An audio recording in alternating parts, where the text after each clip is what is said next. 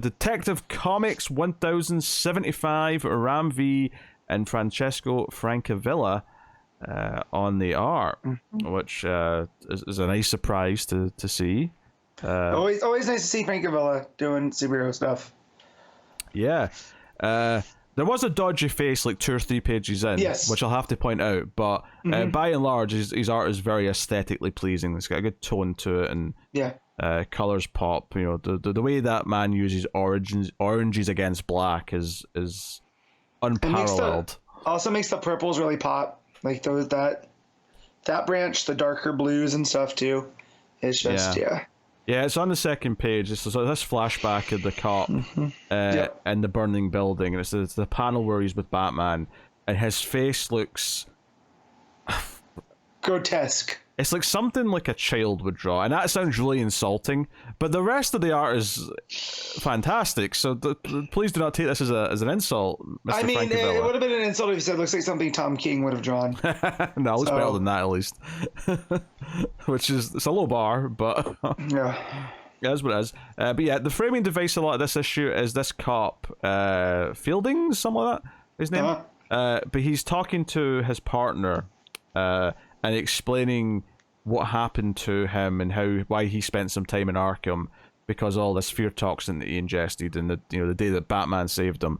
But the big thing here is that he's putting the pieces together. Last issue, Batman was like, he's kind of unhinged, and he was going from these locations trying to remember his past or reach out to his past before like the inner Barbatos takes over kind of thing. Can I just say, we're doing a story here where the inner demon of Barbatos is trying to take over, and how much more I like it than the Zura and R stuff in Batman. I think it's really funny that they're both kind of tackling a similar idea that way.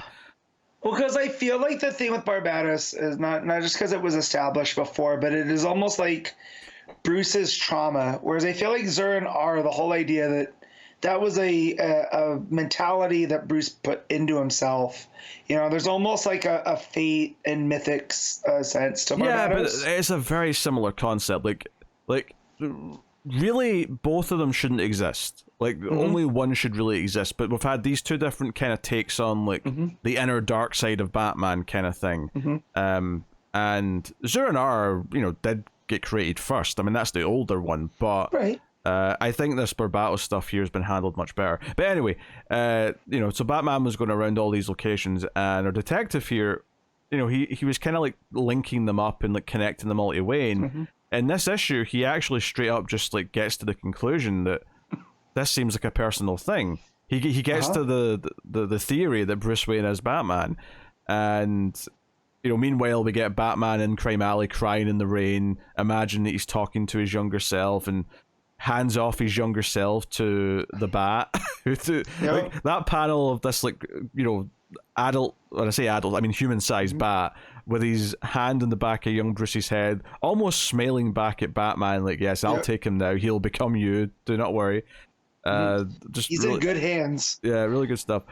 But earlier in the issue, though, and the art of Cross here, of course, is all fantastic, but the Orgums are talking about Bruce and where he's going, and one of them mentions that Gotham itself is no longer protecting its Dark Knight, and it kind of sets up what's going to happen, because I kind of seen it coming, but in like a sort of excitement way, which is the other cop was going to turn on the guy who was figuring it all out, because as soon as this Fieldings guy figured out that Bruce Wayne is Batman, I was like, oh, he's so dead. Like, he's not living because he knows too much now. Not that Batman's going to kill him, but he is conveniently going to be killed somehow.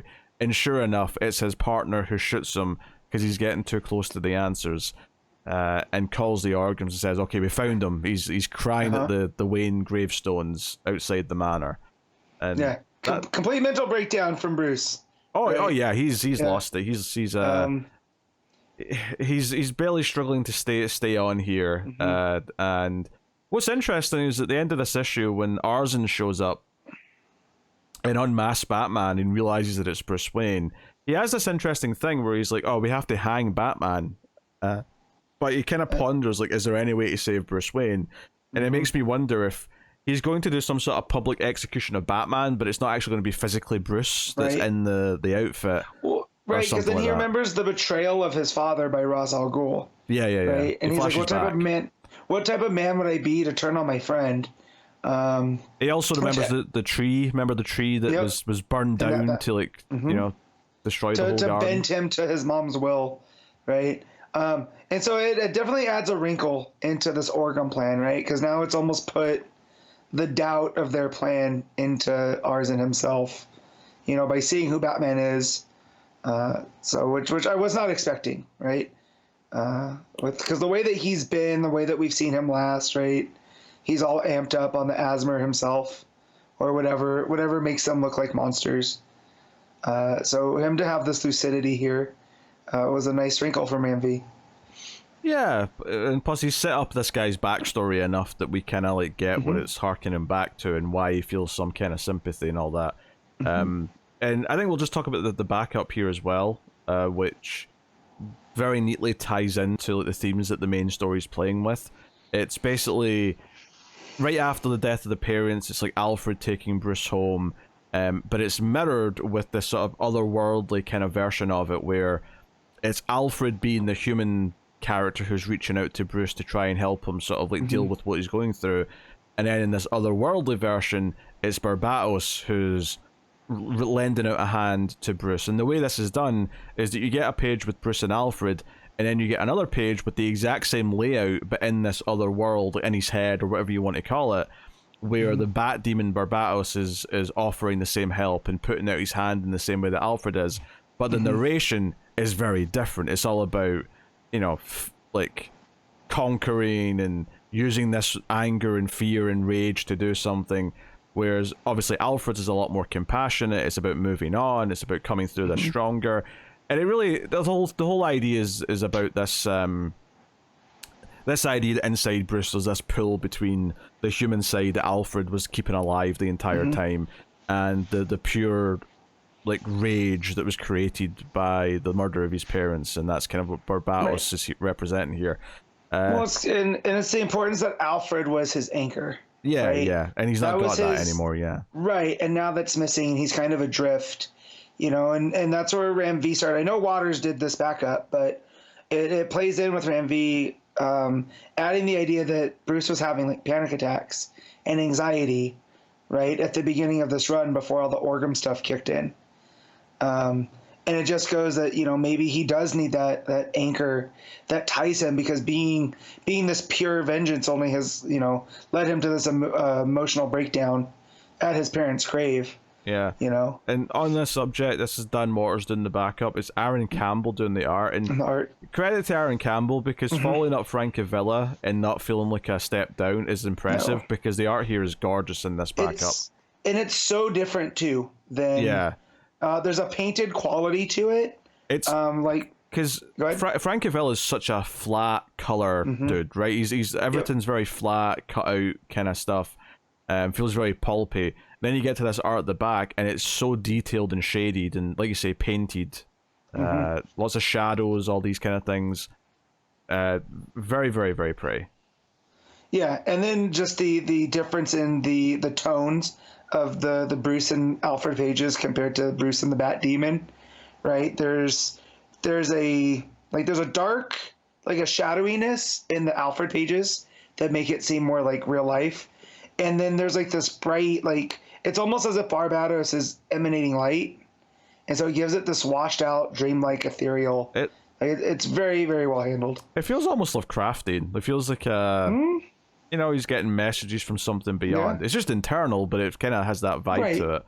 I love that last couple of panels, or the last panel on the last two pages, if you will. So it's like Bruce is walking down a hall, but the light at the end of the door kind of makes the bat ears a little bit. But then the final page is inside the more inside the head one, is like the entire, it's almost inverted where it's all light making a big bat symbol that he's walking into with darkness around it.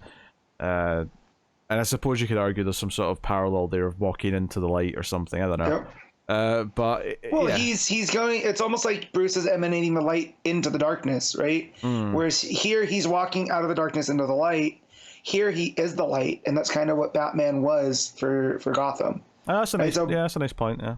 right? So like the idea that we think that Barbados is this bat demon, however, it's, you know, Bruce has chosen to use that power, you know, for good. It's almost his own asthma in and of itself. Yeah, I want to really compliment just how much the backup really felt like it added to the main story in this issue, because it really felt so tied in and like it. Well, the fact too that the main story too is Bruce having like this emotional breakdown, right? And so here we actually get into his head, you know, into, you know, what's the word I'm looking for? You know, him, not why he's having the breakdown, but, you know, like again, it's the idea of Alfred as the anchor, and that's his constant, if you will, to borrow from Lost.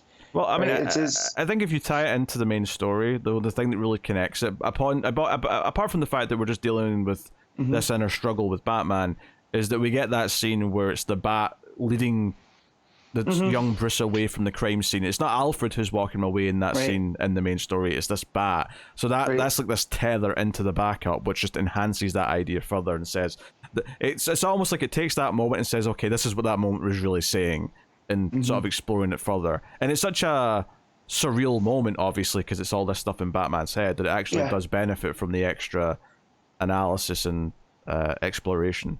So yeah, it's all very good. And like I say, all that stuff with the two cops in the car, the way it plays with the lighting, where you've got the blues, the orange at the top, and the yellow lights at the front of the car, or even when Batman's standing in front of the manor, it's just like, it's all blues and blacks, but then you've got the orange lights from the windows.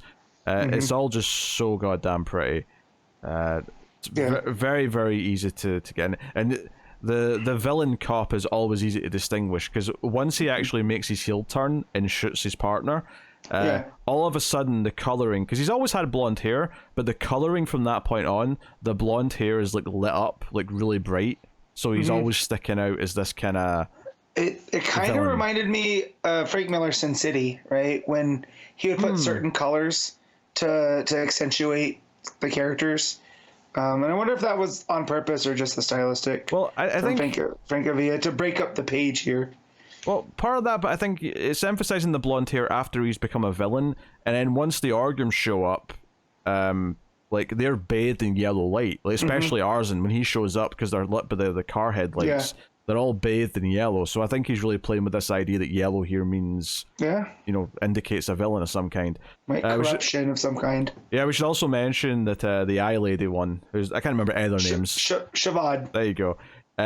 She pays off the corrupt cop, but then uses her powers to tell him to kill himself in a week after writing a suicide letter saying that he's so guilty because he killed his partner.